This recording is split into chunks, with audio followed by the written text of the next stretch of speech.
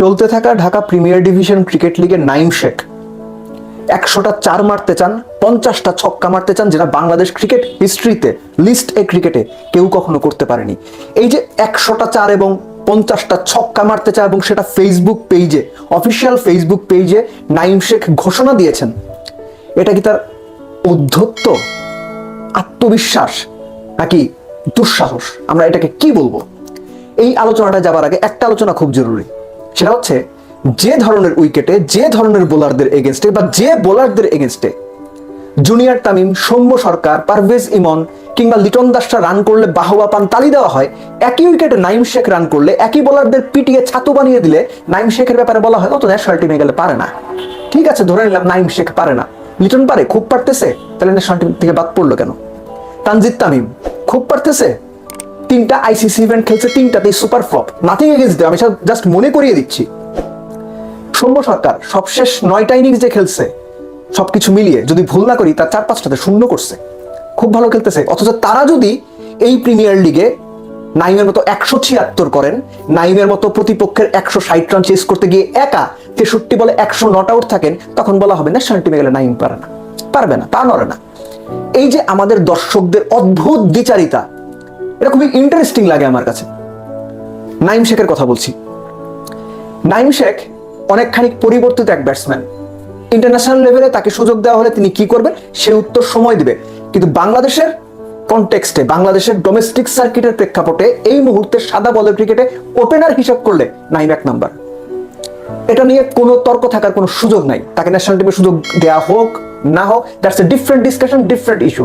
কিন্তু নাইম যেভাবে অপোনেন্ট বোলারদের তুলোধুনো করছেন, যেভাবে লিস্টে ক্রিকেটের ফার্স্ট 2 বলে ছক্কা হাঁকাচ্ছেন, ফার্স্ট ওভারে 27 নিচ্ছেন, এটা বাংলাদেশের এই মুহূর্তে এক্সিস্টিং ন্যাশনাল টিমের কোনো ব্যাটসম্যান এই সাহসের ধারে কাছে দেখাইতে পারবে না। নাই, খেলা দেখতেছি তো ভাই মাঠে বসে, সবার ব্যাটিংই দেখতেছি, আপনারাও দেখেন, বুঝতে পারবেন নাইম তার স্কিল টেকনিকে কতটুকু পরিবর্তন এনেছে। এটা যারা বিশ্লেষক আছেন, বিশেষজ্ঞ আছেন, তারা ভালো বলতে পারবেন। এটা আমার বলার ইস্যু না। আমার বলার ইস্যু যেটা, আত্মবিশ্বাসী নাইম, ডিসিপ্লিন নাইম, প্রিপারেশন নেওয়া নাইম, নিজের লক্ষ্য ঠিক করা নাইম এবং লক্ষ্যের দিকে এগিয়ে যাওয়ার জন্য বেস্ট পারফরমেন্স বা বেস্ট আউটপুটটা দেওয়ার জন্য যে ধরনের প্রিপারেশন নেওয়া দরকার, যে ধরনের ডিসিপ্লিন হওয়া দরকার, যে ধরনের পজিটিভ মাইন্ডসেট থাকা দরকার, Naim goat everything, absolutely everything. So Naim Sheikh national টিমে গেলে পারবে না, তার পা নড়ে না, ন্যাশনাল টিমে গেলে টুকটুক করবে, ডট বাবা হয়ে যাবে, এই আলোচনা কোনো মানেই রাখে না এই মুহূর্তে।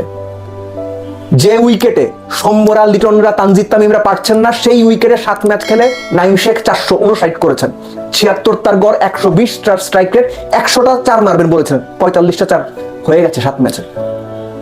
Super league prime bank cricket club খেললে তিনি 16টা ম্যাচ খেলবেন, অর্থাৎ সেই হিসেবে তার 9টা ম্যাচ বাকি আছে। গোটা 22টা ছক্কা মেরে ফেলেছেন, 50টা 4 মারতে চেয়েছিলেন, ছক্কা মারতে চেয়েছিলেন। সো নাইম যেটা ফেসবুক পেজে স্ট্যাটাস দিয়েছেন যে 100টা 4 এবং 50টা ছক্কা মারতে চান, জানতে চেয়েছেন পারবেন কিনা, আমি বিশ্বাস করি 16 ম্যাচ যদি নাইম সুস্থ থেকে খেলতে পারে, তার সেই প্রবল সম্ভাবনা রয়েছে এই রেকর্ড গড়ার। এবং এটা তার ঔদ্ধত্য কিংবা অডাসিটি নয়, এটা তার দুঃসাহস নয়, এটা তার আত্মবিশ্বাস। একজন আত্মবিশ্বাসী ক্রিকেটার, নিজেকে অনেকখানি বদলে ফেলা ক্রিকেটার, ঠিক যেভাবে চিন্তা করেন নাইম সেভাবে চিন্তা করছেন এবং মোস্ট ইম্পর্টেন্টলি সেটা এক্সিকিউট করছেন। হ্যাঁ, নাইম জাতীয় দলে যদি সুযোগ পান সেখানে গিয়ে ফ্লপ করতে পারেন, করতেই পারেন, কিন্তু সেই ফ্লপ করার আগে নাইমকে যদি ডাকা হয়, লিটনের মতো অবারিত দিনের পর দিন ফ্রি লাইসেন্স দেওয়া হোক, তানজিদ তামিমের মতো দিনের পর দিন ফ্রি লাইসেন্স দেওয়া হোক, সৌম্যর মতো দিনের পর দিন ফ্রি লাইসেন্স দিয়ে খেলানো হোক, 20 ম্যাচে একটা 50 করার পরও তাকে দলে সুযোগ দেওয়া হবে, নাইমকে সেই সুযোগ দেওয়া হোক। তারপরে আপনারা বলেন যে তানজিদ তামিম, লিটন দাস কিংবা নাইম কিংবা সৌম্যর তুলনায় লিটন খারাপ, তখন মেনে নেব, তার আগে না। অন্তত এই মুহূর্তে এটা মানার কোনো প্রশ্ন নেই, কারণ আমাদের ওপেনাররা কে কি করছেন, কে কি করে এসেছেন গত